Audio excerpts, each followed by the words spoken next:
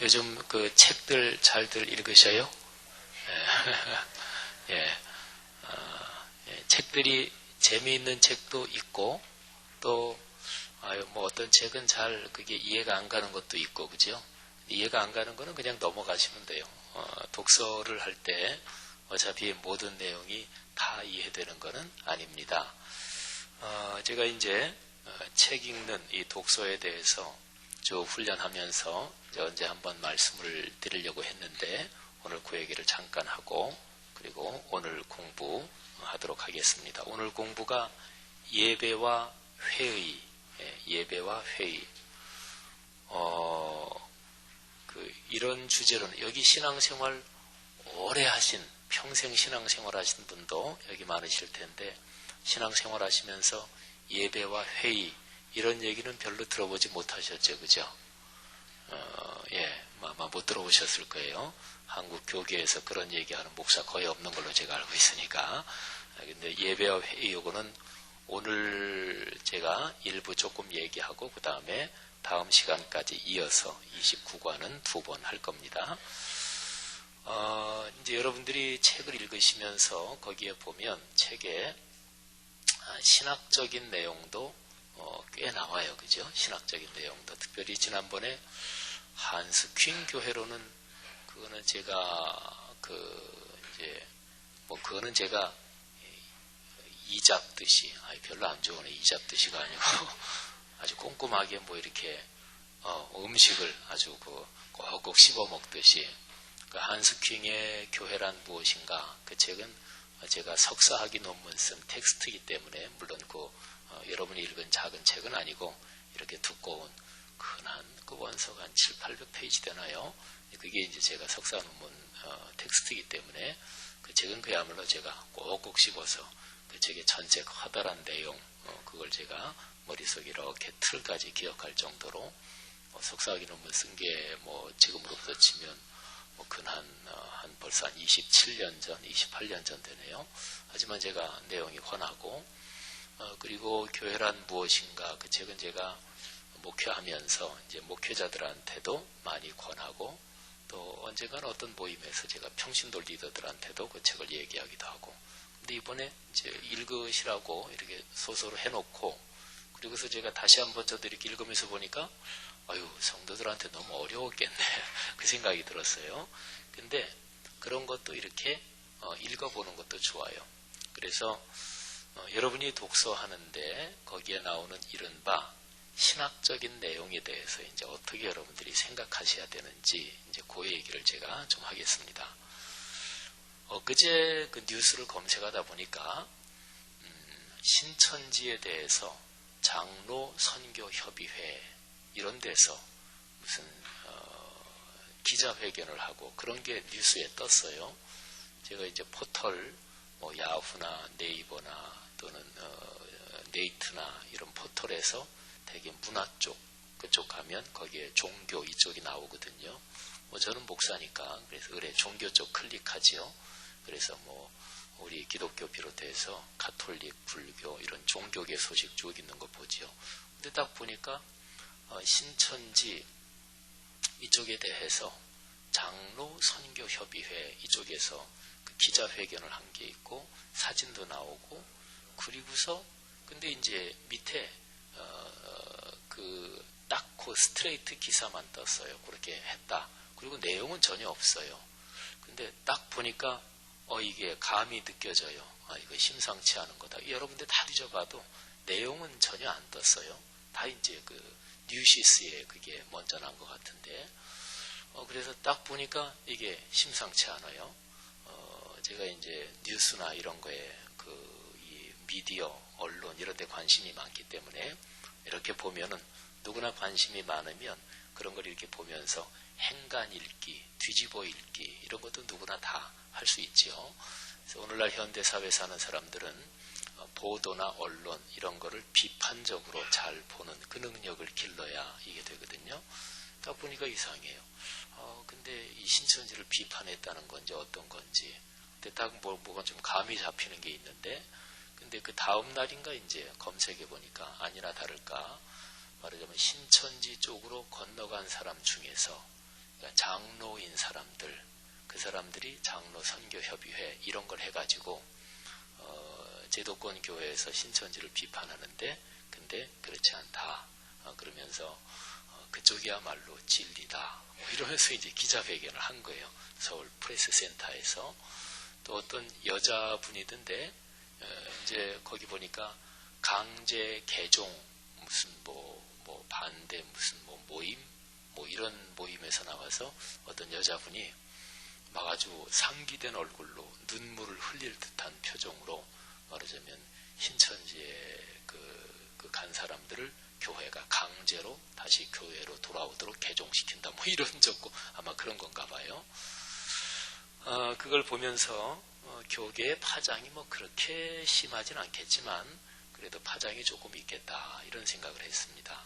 장로 직분자들이면 교회에서 평신도 리더들 중에서 어쨌든 탑 리더들이시고 또 신앙생활 오래 하신 분들인데 그런 분들이 그렇게 해가지고 했으니 그 파장이 조금은 있겠죠. 제가 강원도에서 목회할 때 그 강릉 CCC 대학생 선교회죠. 한국 대학생 선교회. CCC가 얼마나 복음적인 선교단체예요. 그죠? 김준건 목사님 소천하셨지만 또 빌 브라이트 총재, 전 세계 CCC 총재. 근데 강릉 CCC 그 대표가 원주에 있는 엘리야 재단 2단으로 넘어가 버렸어요. 그래가지고 그냥 강릉 CCC가 아주 그냥 쑥대밭이 된 거죠. CCC 간사들이 그분들이 복음적 신앙이 대단한 사람들인데 그쪽으로 넘어가 버린 사건이 있었어요. 우리 기독교에서 이런 것도 있지요. 옛날에 스님이었었는데, 근데 그분이 그 불교 그 성직자 가지고 중 그러지 마셔요. 별로 안 좋아요, 그죠? 그냥 스님 그렇게 불러드려 괜찮아요. 그거 가지고 어떤 사람은 그러면 왜 스님은 스님이라 그러고 그런데 목사는 왜 목사라 그러냐? 님자 안 붙이고 그런 스님도 스라 그러자 스 그런 말장난하지 말고 스님 높여드리고 다 괜찮아요. 근데 전에 스님이었던 사람이 이제 그 기독교로 이제 개종하고 나서 내가 옛날에는 불교 내가 성직자 중이었다. 그런데 내가 진리를 알았다. 이렇게 간증하면 이게 파급 효과가 크고 우리 기독교에는 그런 거 있으면 굉장히 아주 뿌듯해지고 그러잖아요. 근데 그런 거 그렇게 뿌듯할 필요는 없고 어쨌든 근데 그걸 보면서 참 요즘은 시절이 혼란하다 이런 생각이 많이 들었어요. 제가 개교에서 신앙생활하고 있는 성도들은 심정들이 어떨까 이런 생각도 제가 해봤고 그 사건과 연관해서 심정이 어떠냐 이런 얘기가 아니고 요즘에 일반적으로 생활하고 있는 성도들은 말하자면 교회에 대해서 또는 목회자에 대해서 심정들이 어떨까 이런 생각을 제가 해봤어요. 또 엊그제 보니까 불교 안에 있는 무슨 연구소에서 전문적인 사회과학적인 방법으로 설문조사를 한 게 어제 제가 뉴스 검색하다 보니까 있던데 거기에서 보니까 천주교, 불교, 기독교 이런 거 가운데서 이제 성직자들 일반적으로 다 목사, 신부, 스님 다 합쳐가지고 성직자들의 신뢰도가 재벌, 대기업보다 더 낮다고 이게 조사가 나왔어요.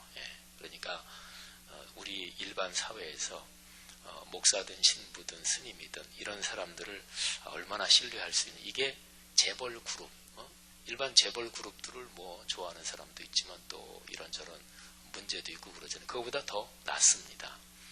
근데 저는 이제 아주 현실적으로 생각하는 사람인데 교회에 이런저런 사회과학적인 방법으로 통계를 내잖아요. 그러면 그리스도인들, 기독교인들만 대상으로 통계 낼 때 하고 그리고 일반 사회 사람들 대상으로 통계 낼 때 하고 다르지 않습니다. 모든 통계가 거의 조금은 차이가 나는데 거의 비슷해요. 그렇다면 아까 그 수치는 뭘 말하냐면 교회에 다니는 그리스도인들이 목사를 보는 것도 말하자면 그 통계 조사하고 수치가 조금은 차이가 있지만 거의 그렇게 큰 차이는 없다. 저는 그렇게 생각합니다. 생각이 아니라 사회과학적인 조사가 그래요. 그래서 제가 이제 목회자들 대상으로 세미나 할 때 목사들이 착각하면 목회 못한다. 성도들이 아멘하는 소리 다 믿지 말아라. 절대 다 믿으면 안 된다. 성도들이 다 사람 좋은 분들이기 때문에 아멘 해주는 거지 목사에게 은혜 받아서 아멘 한다고 생각하면 그러면 착각한다.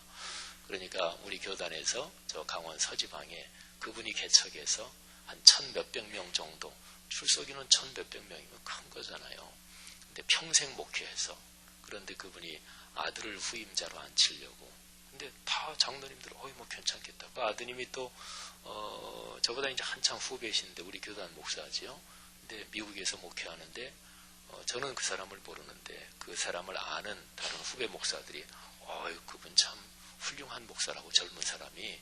그래서 그분 아들이 아니더라도 그냥 객관적으로 그 교회에 청빙돼서 목회할 만한 충분한 역량이 있는 목사라고. 그래서 뭐 한국 교회가 하도 요즘은 흔들리니까 저도 기본적으로 세습에 대해서는 반대인데, 근데 개교에서 다 좋다고 그러고, 그렇게 되면 어쨌든 교회가 너무나 많이 깨지고 너무나 많이 흔들리니까 이거 훌륭한 사람이 됐네, 교회 그 내부에서 다 좋다고 그런다니까 그랬는데, 그 담임 목사님이 사표를 딱 내면, 사표를 이제 원로 목사로 되기 위해서 사표를 내면 지방회에서 7위 목사가 파송이 돼서, 그래서 법적으로 7위 목사가 주재해서 회의를 해요. 이게 이제 공식적인 절차예요. 사표를 딱 내고 난 다음부터 문제가 발생하기 시작했어요. 그래가지고 자세한 과정은 그렇고, 어느 정도였냐면 그분이 평생 목회를 해오시고 교회를 그만큼 성장시키고 그랬는데, 그분 원로 목사 되는 것도 안 된다. 이 정도까지 이게 막 상황이 그렇게 됐어요. 그분은 무지무지하게 아주 쇼크를 받으셨어요. 쇼크를. 그럴 줄은 모른 거지요. 그래서 이제 그게 이제 우리 교단 강원 서지방에, 서울 서지방에 큰 교회니까. 그래서 이제 목사들이 한 얘기가 그거예요. 그렇게 목회 성공한 분도 착각한다. 목회를 성공하면 또 착각하는 거예요. 교인들이 다 자기 좋아하는 줄로 착각하는 거예요. 그래서 조금은 미안한 얘기지만 저는 여러분들한테 별로 착각하지 않습니다. 저 잘 섬겨주고 그런 거 필요 없고, 그냥 다 하나님을 위해서 우린 다 같이 최선을 다하는 거예요. 그죠? 그리고 신앙에서 너무나 그냥 예의상 체면치레상 그런 표현 너무나 하지 말고 오로지 하나님의 영광을 위해서. 근데 어쨌든 상황이 이러니까 오늘날 이게 한국교 현실이에요. 한국교 현실이니까 이 신앙생활하고 하는 성도님들이 심정이 어떨까? 저는 목사니까 그러지만 성도님들이, 예를 들어서 내가 다니는 교회 목사를, 이제 목회자들, 부교역자들 다 있지만 담임 목사가 아무래도 심볼, 피구어잖아요. 내가 다니는 교회 담임 목사를 신뢰하거나 존경하지 못한다. 그런 상황이 있는 신자들은 그 심정들이 어떨까? 그러면 신앙생활이 사실은 전적으로 하나님을 신뢰하고 이런 신앙생활이 안 되겠다. 그러면 교회 담임 목사를 신뢰하지 못하고 또는 목회자들을 신뢰하지 못하면 오늘날 세상에서 어디가 기준이라고 생각을 할 거겠어요. 그죠? 이게 너무나 혼란스러운 거 아니겠어요? 요즘 신천지고 뭐고 그냥 이단이 얼마나 많고 그러는데, 그래서 오늘날 성도들은 스스로가 건강해야 합니다. 그래서 스스로가 성숙한 신자가 돼야 되고, 그 다음에 또 하나는 가장 기본적인 거지만 내가 섬기는 교회 담임 목사를 신뢰해야 되고, 내가 섬기는 교회의 목회자들의 리더십을 신뢰할 수 있어야 돼요. 또 내가 섬기는 교회에 여러 평신도 리더들 비롯해서 내가 섬기는 교회를 참 소중하다 이렇게 여길 수 있어야 돼요. 그래야 그 교회가 구원의 방주가 되는 거죠. 그런데 이제 그런 생각을 하면서 이제 신학적인, 여러분들이 독서 오늘 얘기를 좀 하자 그러는데, 독서를 이제 하시면서 신학적인 내용들이 많이 나온단 말이에요. 근데 이제 저희 같은 사람은 목사고, 또 이제 예를 들어서 예배라든지 전도라든지 등등 여러 가지 신앙의 사항에 대해서 이렇다 저렇다 이런 신학적인 얘기를 조금 들으면, 이제 성도님들은 일반적으로 신학을 공부하지 않은 분들이기 때문에 하나를 들으면 이거 이런가 보다 하고 금방 푹 빠지는 경우가 있어요. 근데 그것도 다 여러 의견 중에 하나다. 뭐 이러는 거예요. 예를 들면 우리 교회는 제가 와보니까 찬양대라고 부르더라고요. 성가대를. 그죠? 예. 언제부터 그렇게 됐는지 모르겠는데 말하자면 우리 그 전에 했는데 언제부터 제가 알아요. 우리 교단에서 신앙생활 용어집 이런 게 이제 발간된 게 있는데 거기에 보면 성가대라고 하는 거는 성경적으로 맞지 않다. 찬양대가 맞다. 한참 교단에서 그런 논의가 있었어요. 그래서 우리 교회에서도 모르긴 몰라도 제가 오기 전에 어느 때 당회에서 그게 찬양대가 맞다. 그래서 찬양대로 부르기로 하자. 뭐 이랬겠죠. 보나 안 보나. 근데 예를 들어서 성가대, 찬양대 그 논의가 성가 그러면 글자 그대로 거룩할 성, 노래 가짜. 그러니까 거룩한 노래 이런 거죠. 찬양하면은 하나님께 찬양을 올린다 그런 거죠. 그러니까 하나님께 찬양을 올리는 거지 뭐 노래 그 자체보다 하나님께 찬양을 올리는 거다. 그렇기 때문에 성가대보다는 찬양대가 맞다 이런 건데 제가 보기에는 너무 말하자면 그게 별로 그렇게 타당한 논리는 아닙니다. 성가가 얼마나 좋아요. 거룩한 노래인데 그잖아요. 성가대도 괜찮고 찬양대도 괜찮아요. 우리 평신도들 중에서 이제 가끔 가다가 전도사 목사가 되려고 하는 건 아니지만 신학 공부를 하시는 분들이 있죠. 그죠? 우리 교단에도 여기 중앙교회에 중앙신학교도 있고 또 우리 교회 분들도 몇 분 거기서 신학 공부하고 또 목회자도 되시고 또 우리 교회 여전사님 중에서도 중앙신학교 출신들이 있으시잖아요. 근데 신학 공부하고 목회자가 되지 않고 그냥 내가 평생 신앙생활 하는데 좀 신학을 좀 공부하면 신앙생활에 더 도움이 되겠다. 그래서 이제 신학 공부하시는 분이 있어요. 근데 그런 분들이나 또는 좀 신학적인 그런 내용이 있는 책들을 조금 독서를 많이 하시는 그런 분들이 있어요. 근데 그런 게 도움이 될 수도 있고 그 다음에 도움이 안 될 수도 있습니다. 도움이 된다는 거는 그런저런 얘기들을 이렇게 듣고 그러면 신앙생활의 폭이 넓어지죠. 도움이 안 되는 건 뭐냐면 그런 걸 조금 지식을 듣고서 그게 다라고 생각하는 거예요. 그게 절대적으로 맞다고 생각하는 거예요. 근데 그러지 않거든요. 예를 들어서 이제 예배학 교수들은 무슨 얘기를 하냐면 예배는 언제나 말씀과 성찬식이 같이 있어야 된다. 그래서 예배학 교수는 거의 하는 얘기가 오늘날 기독교가 성찬식이 너무 약화됐다. 그래서 매번 예배 때마다 말씀하고 성찬식이 같이 있어야 된다. 근데 예를 들어서 어떤 성도가 그 얘기를 어떤 신학 교수한테 무슨 기회에 딱 들었다고 쳐요. 그러면 그거 듣고서 이게 맞다. 그리고 절대적으로 막 생각하고 자기가 섬기는 교회에서 우리 교회는 성찬식 너무 안 한다. 막 이렇게 비판하고 그럴 수 있을 거 아니겠어요. 그죠? 근데 그것도 신학적인 견해 중에 하나일 뿐이에요. 우리 교회도 협동 목사로 계셨던 조기현 목사님이 예배학 교수인데 제가 그 조 박사님한테 그랬어요. 예배학 교수들은 괜히 뜬구름 잡는 얘기만 하지 말고 자기들이 그렇게 배웠다고 그 얘기를 하는 거예요. 그런데 한국 교회에서 하여튼 1시간 10분 안에 설교하고 성찬식이 다 잘 어우러지게 그렇게 될 수 있는 구조 좀 만들어내라. 목회도 안 해본 사람들이 맨날 이론적으로만 그런다고 제가 조 박사님한테 그런 얘기를 해요. 그러니까 이제 성도들이 신학적인 지식이나 이런 거를 들을 때 딱 들으면 그게 막 진리 있냐. 근데 그거는 진리는 아니고 의견 중에 하나일 뿐이에요. 우리 교회에서 사도신경 그거 이제 안 한 지 한 2년 3년 됐죠. 그거 장로님들이 목사님 이거 사도신경 다시 하면 안 됩니까? 여러 번 얘기하셨는데 제가 이제 전체적인 예배 흐름 이런 것 때문에 어쨌든 빼고 지금도 계속 빼고 있는데 근데 사도신경은 넣어도 되고 안 넣어도 되고 또 성시교도 넣어도 되고 안 넣어도 되고 그거는 예배의 스타일에 따라 다른 거예요. 그러니까 여러분들이 책을 읽을 때 여기 나오는 신학적인 내용은 그게 그런 의견 중에 하나다 이런 건데 혹시나 이제 책을 읽으면서 예를 들어서 교회란 무엇인가 그거는 말하자면 가톨릭 신학자의 글이잖아요. 한스 퀸 그 사람은 신부기도 합니다. 그리고 거기에는 하나님 이렇게 안 써 있고 하느님 그렇게 써 있죠.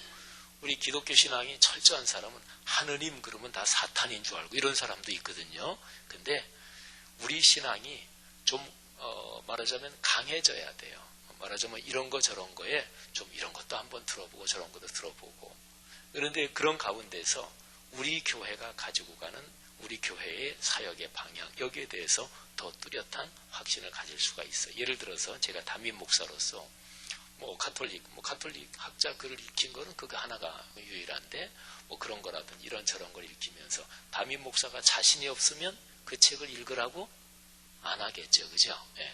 담임 목사가 목회 자신이 없으면 성도들의 신앙 수준을 묶어 놓습니다. 그게 목회하기 제일 편합니다. 절대로 다른 거. 독서를 강조하지 않습니다. 신자들 중에서 책 많이 읽고 좋아하시는 분들이 있잖아요.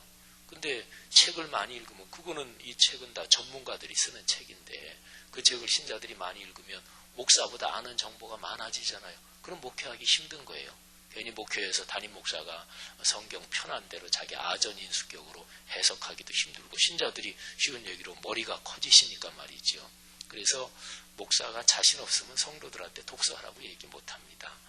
근데 이제 여러분들이 최근 읽으신 책에서 기독교 세상의 함정에 빠지다, 이 책을 제가 읽고서, 근데 이 책은 제가 전환부친의 리뷰를 쭉 읽었고 제가 아직까지 꼼꼼하게 다 읽진 않았는데, 근데 이 책의 내용은 제가 쭉 이제 아는데, 이 책을 지은 저자가 박순용 목사예요.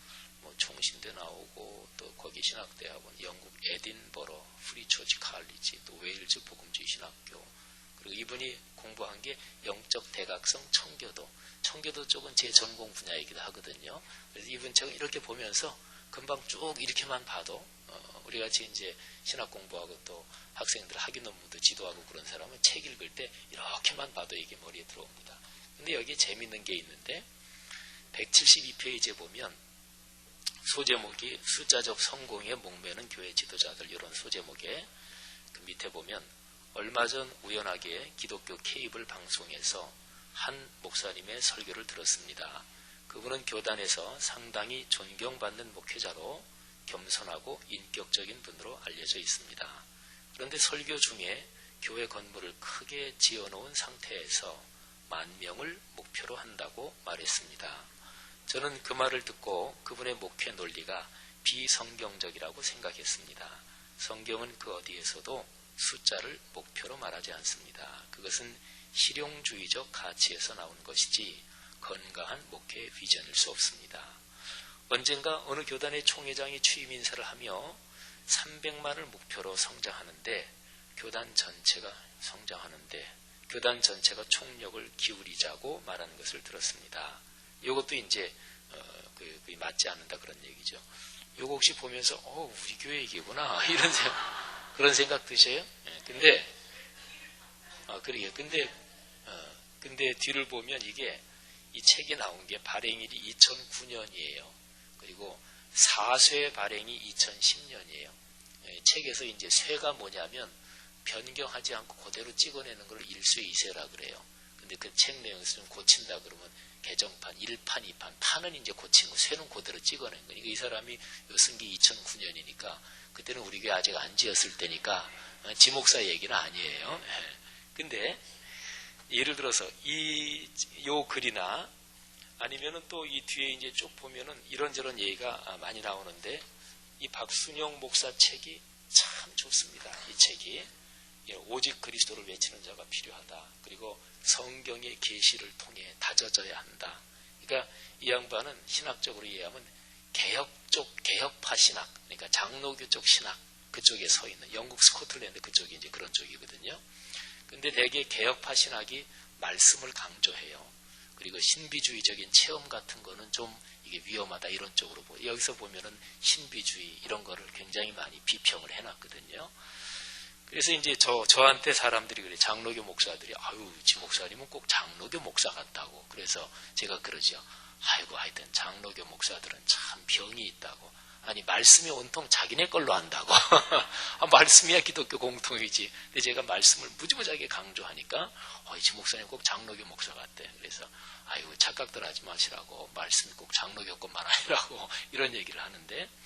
근데, 예를 들어서 여러분이 이런 책을 읽으면서 이거는 제가 여태까지 다 한 얘기예요. 우리 교회에서.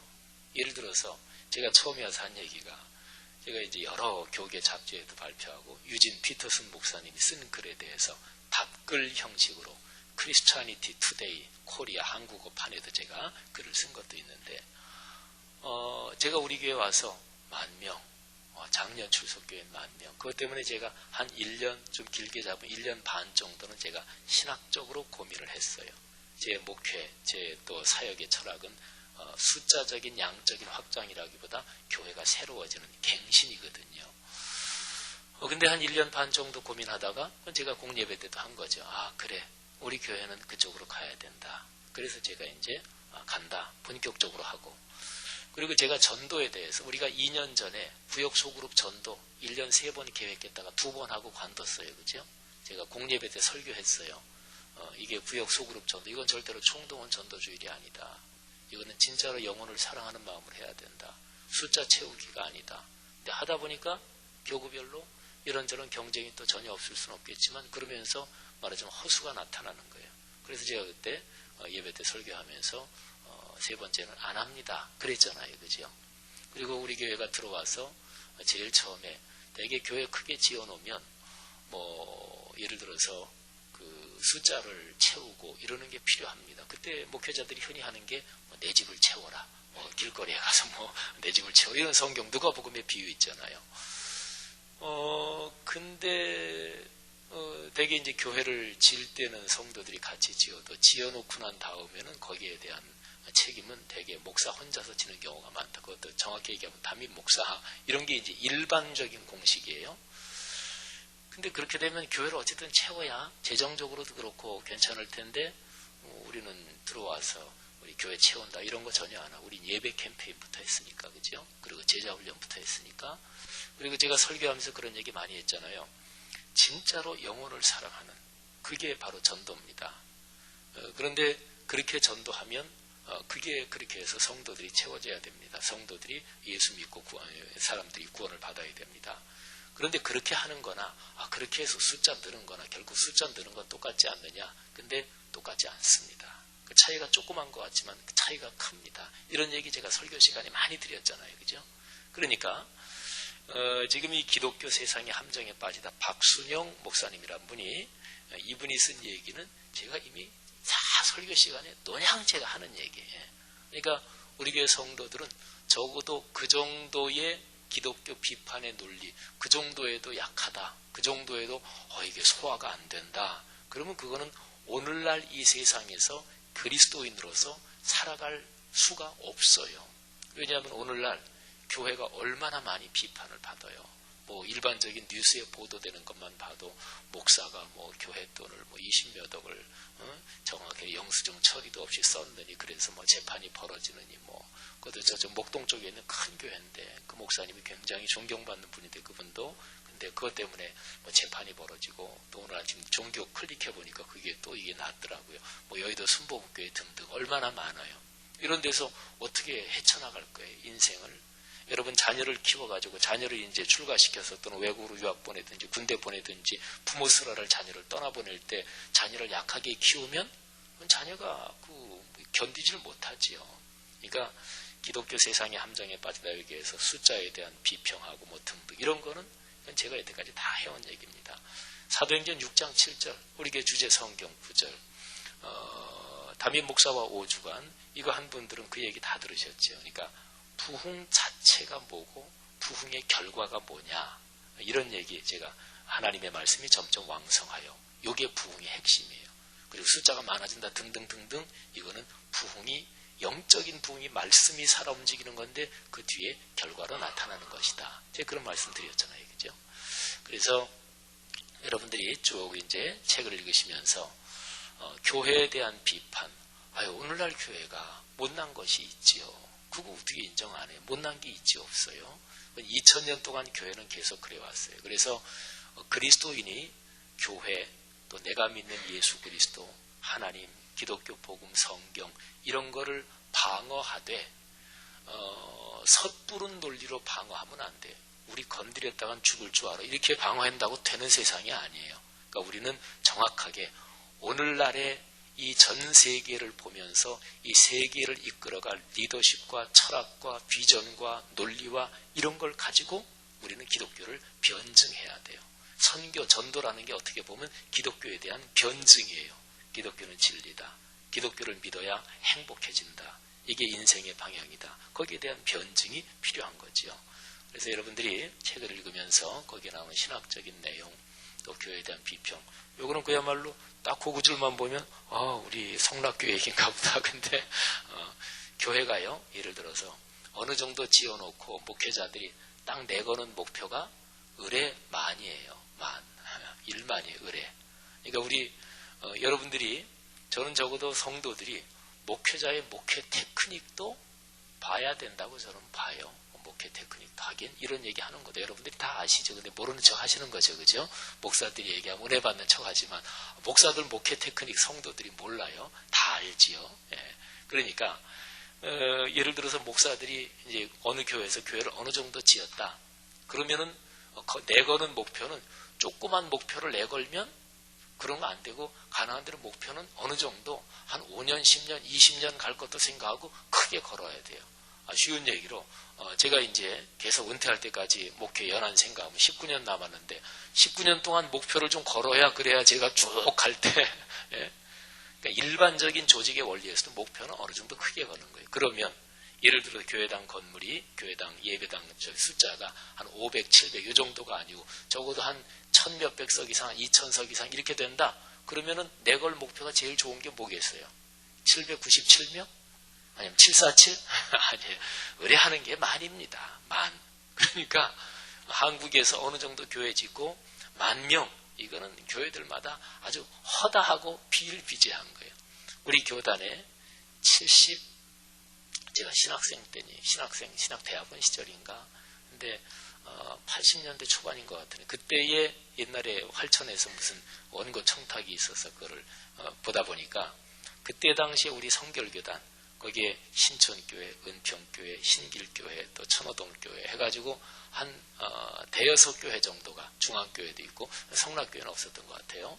근데 그런 한 6, 7개 교회가 우리 교회 10,000명 비전과 전략 이런 걸로 해서 글을 쓴 게 있더라고요.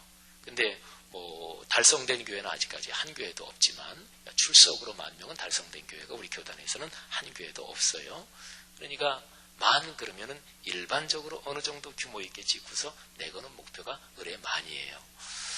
근데 우리는 어쨌든 복음적인, 성경적인 시각을 가져야 돼요. 영혼을 구원하는 거, 이거는 지상 명령이잖아요. 그죠? 안 믿는 사람한테 주 예수 그리스도의 복음을 전해야 돼요. 그래서 제가 늘 강조하는 게, 전도는 개교의 숫자 불리는 수단이 아니다. 그건 수단이 아니에요. 그건 지고의 목표지요. 전도를 수단으로 삼으면 안 돼요. 선교도 마찬가지예요. 제가 얼마 전에도 설교 시간에 얘기한 것처럼 한국 교회가 선교하는 교회는 성장한다. 선교하면 하나님이 축복 주신다. 그게 맞는 얘기인데 언제부터인가 목회자 또는 평신도 리더들, 한국교회 리더십이 그거를 교회를 끌고 나가기 위한 수단으로 이용해 먹기 시작했어요. 그러니까 진짜 믿은 건 아니에요. 성도들은 참 묘한 데가 있어요. 종교 심리는 이게 묘한 거예요.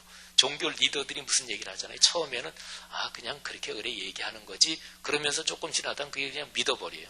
솔직히 다 이렇게 들쳐놓고 보면 진짜 믿는 것도 아니에요.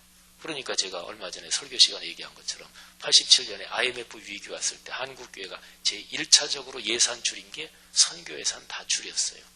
아니, 선교하면 복 받는다 그러는데 어떻게 그거 줄여요? 복 못 받으면 어떡하려고, 겁나서 어떻게 줄여요? 사실은 선교하면 복 받는다 그렇게 말은 했지만 믿지는 않은 거예요. 그러니까 교회 끌고 가기 위한 수단으로 사용한 거지요. 그렇게 돼서는 안 된다. 제가 그제 어디서 강의하면서 그랬어요.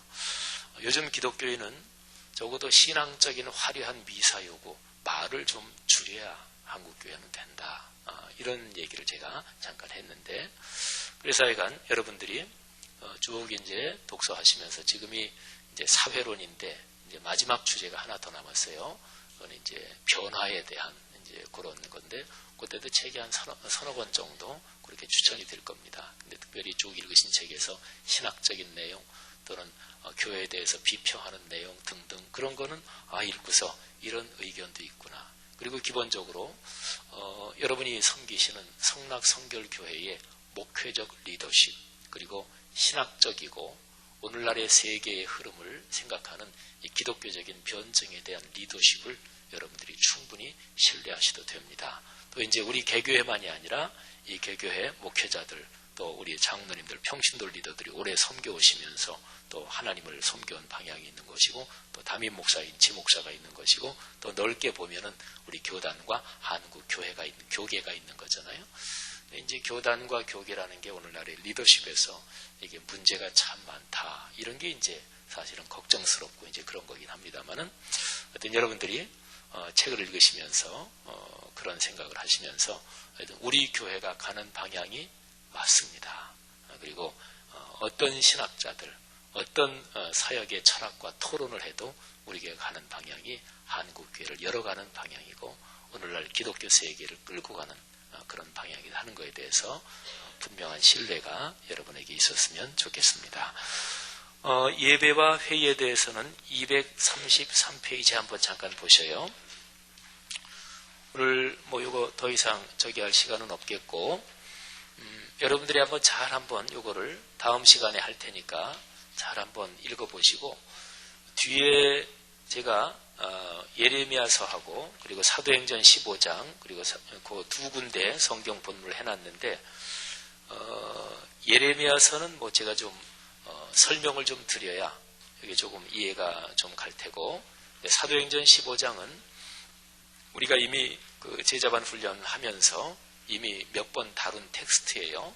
본문이에요. 그리고 사도행전 15장은 여러분들이 가만히 읽어보면서 회의라는 게 어떤 거지, 기독교적인 회의라는 게 어떤 거지 한번 잘 살펴보면 사도행전 15장은 또 충분히 이해가 갑니다. 중요한 거는 여기에 2페이지에 나오는 내용, 오늘의 말씀 연구라고 해서 제가 써놓은 거 233, 234 이 2페이지를 한번 잘 꼼꼼하게 읽어보시고, 그리고 첫 번째 페이지 뒤에 보면, 밑에 보면 governance라는 말, 제일 밑에서 세 번째 줄에 보면 한 국가나 사회의 통치의 한계를 느끼고 있는 오늘날 협치, governance라는 말이 새롭게 조명을 받게 되었습니다. 오늘날 전 세계적으로 본격적으로 논의되고 있는 용어예요. 그래서 이명박 대통령도 지난 8.15 경축사에서 이 단어를 썼고, 시민단체에서도 이 단어를 많이 쓰죠. 이건 오늘날 전 세계가 지금까지 발전되어 온, 말하자면 민주주의라고 하는 통상적으로 각 나라에서 하고 있는 미국식하고 또 유럽식하고 차이가 납니다만은, 근데 오늘날 전 세계가 이게 뭔가 한계에 부딪힌 거예요. 그래서 사람들이, 전문가들이 또 생각 있는 사람들이 생각해서 많이 논의되고 있는 단어가 가버넌스. 이게 사실은 국가 통치, 다스림 이런 얘기인데, 이거를 특별히 가버넌스에서 협치, 같이 협력해서 다스린다 이런 개념을 쓰고 있어요. 내년에 한 20개국 정도가 국가 지도자를 새로 뽑아요. 전 세계적으로 20개국. 그리고 내년에 우리나라에서 20년 만이라 그러죠. 총선하고 대선이 내년에 같이 있어요. 그죠? 총선이 내년 4월에 있나 아마 그렇죠. 국회의원 선거가. 그리고 대통령 선거가 내년 12월에 있죠. 근데 우리나라도 굉장히 큰 변화지만 전 세계적으로 한 20개 국가 정도가 국가 지도자를 새롭게 뽑는다 그래요. 전 세계적으로 변화가 아주 심한데, 이런 가운데서 오늘날 많이 얘기되는 게, 어디 한 군데서 이끌어갈 수 없고 이게 같이 협력해서 이끌어가야 된다 이런 얘기를 하거든요. 근데 교회가, 사회가 변동하는 이런 가운데서 교회가 그런 거를 이렇게 성경적인 시각을 바라보며 거기에 대한 이해를 갖고 그거를 끌어갈 수 있는 역량이 있어야 됩니다. 이게 교회 공동체가 해야 될 아주 중요한 역할 가운데 하나인데, 그런 것도 이렇게 한번 생각해 보시면서 그 2페이지를 잘 읽으셨으면 좋겠습니다. 자, 기도하겠습니다. 자, 합심해서 한번 통성으로 기도할 텐데요. 하나님, 오늘날 이단도 많고 또 이 시대의 사조 가운데 참 혼탁한 것도 많은 이 세상 가운데서 하나님 말씀이 진리의 기둥으로 더 우뚝 서게 하시고, 또 우리가 섬기는 교회, 여러분들이 담임 목사를 위해서 기도를 늘 해주셔야 돼요. 이 앞에서는 지목사를 위해서, 사인이 아니라 공인 지목사를 위해서 기도하셔야 돼요. 하나님, 우리 교회 담임 목사가 참 우리 교회를 잘 이끌어갈 수 있도록, 또 오늘날 세계를 보는 눈, 성경적인 시각 또는 이 시대를 보고 해석하고 끌어가는 능력을 우리 교회 담임 목사에게 더 주옵소서. 목회자들을 위해서 기도하셔야 되고, 또 장로님, 권사님, 안수집사님, 교회의 주요 평신들, 리더들을 위해서도 기도하셔야 되고요. 특별히 오늘날 혼탁스러운 세상에서 하나님의 거룩한 말씀이 삶으로 이어진다는 이 중심 사역의 기둥이 한국교회를 끌어가고 오늘날 세계 기독교 사역을 끌어가고 한국 사회를 이끌어가는 힘이 되게 하옵소서. 그리고 우리 교회가 그런 아름다운 공동체 되어 흔들리고 있는 교회들에 뭔가 지표를 주고 방향을 주고 그리고 본이 되는 그런 사역 잘 감당하도록 도와주옵소서. 통성으로 한번 기도합니다. 하나님 아버지, 은혜를 진심으로 감사합니다. 오늘 하나님께서 우리 제자반 훈련 다시 여기 모이게 하시니 감사합니다. 아버지 하나님, 저희를 축복하옵소서. 오늘날 혼탁하고 혼란스러운 세상 가운데 진리가 무엇인지, 바른 길이 무엇인지 헷갈리고 보이지 않는 안개가 낀 것 같은 세상입니다. 하나님 아버지, 이런 가운데서 주님께서 우리를 도우시는 그 능력을 우리가 명백하게 바라볼 수 있도록 아버지여 축복해 주옵소서. 하나님 아버지, 간절히 기도합니다. 이 성락성결계 말씀삼 공동체, 오늘날 이 한국교회를 이끌어가며 이 시대의 징조를 잘 판독하고 해석하고 성경적인 세계관을 가지고 이 땅 위를 걸어가는 공동체 되게 주여 축복하여 주옵소서. 하나님 아버지, 간절히 기도합니다. 부족한 저를 주께서 이끄시고 여기에 목자로 세우셨으니 하나님께서 저를 통해 당신의 일을 이루시기를 간절히 기도합니다. 사랑하는 귀한 목회자들, 또 우리 장로님들 비롯한 평신들, 리더들 축복해 주셔서 오늘날 세상 가운데서 하나님께서 주시는 하나님의 사인을 보게 하시고 그리고 하나님의 거룩한 소명에 겸허하게 순종하게 도와주시옵소서. 하나님 아버지, 건강한 성도 그리고 성숙한 성도가 되게 하시고 이런저런 복잡한 상황 가운데 결코 휘둘리지 않는 하나님 품이 있는, 품격 있는 기독교 신앙의 성숙자들이 모두 될 수 있도록 이끌어 주옵소서. 아버지 감사합니다. 하나님께서 한국교회를 긍휼히 여기시고 오늘날 진리가 실종된 듯한 이 세상 가운데서 말씀이 삶으로 이어지는 이 거룩한 진리의 사역의 축을 붙들고 인생길을 걸어가도록 축복하여 주옵소서. 감사합니다. 할렐루야. 하나님 아버지, 은혜를 감사합니다. 하나님께서 우리 제자반 훈련 축복하시고 또 여기에서 우리가 말씀을 공부하고 또 여러 좋은 신앙 서적들을 읽으면서 기독교적인 세계관, 인생관, 가치관을 훈련하고 있습니다. 우리 성락성결교회가 진리가 무엇인지, 바른 것이 무엇인지, 아름다움과 행복, 참된 그것이 무엇인지 다 실종되어 버린 듯한 이 세상 가운데서 하나님의 거룩한 말씀을 중심으로 참된 것, 아름다운 것, 진리, 복 이런 것들을 참 아름답게 펼쳐가도록 그리고 본이 되도록, 그래서 우리 성락성결교회 말씀삼 공동체는 교회들을 위한 교회가 되게 하시고 목회자들을 위한 목회자들 되게 하시고 성도들을 위한 성도들 되게 하셔서 이 교회를 통해 한국교회를 다시 한번 새롭게 하시며 또 그렇게 사역하는 교회들이 교단 교파를 초월해서 아름답게 영적으로 연대될 수 있도록 주여 축복하여 주옵소서. 예수님 이름으로 축복하며 기도합니다. 아멘.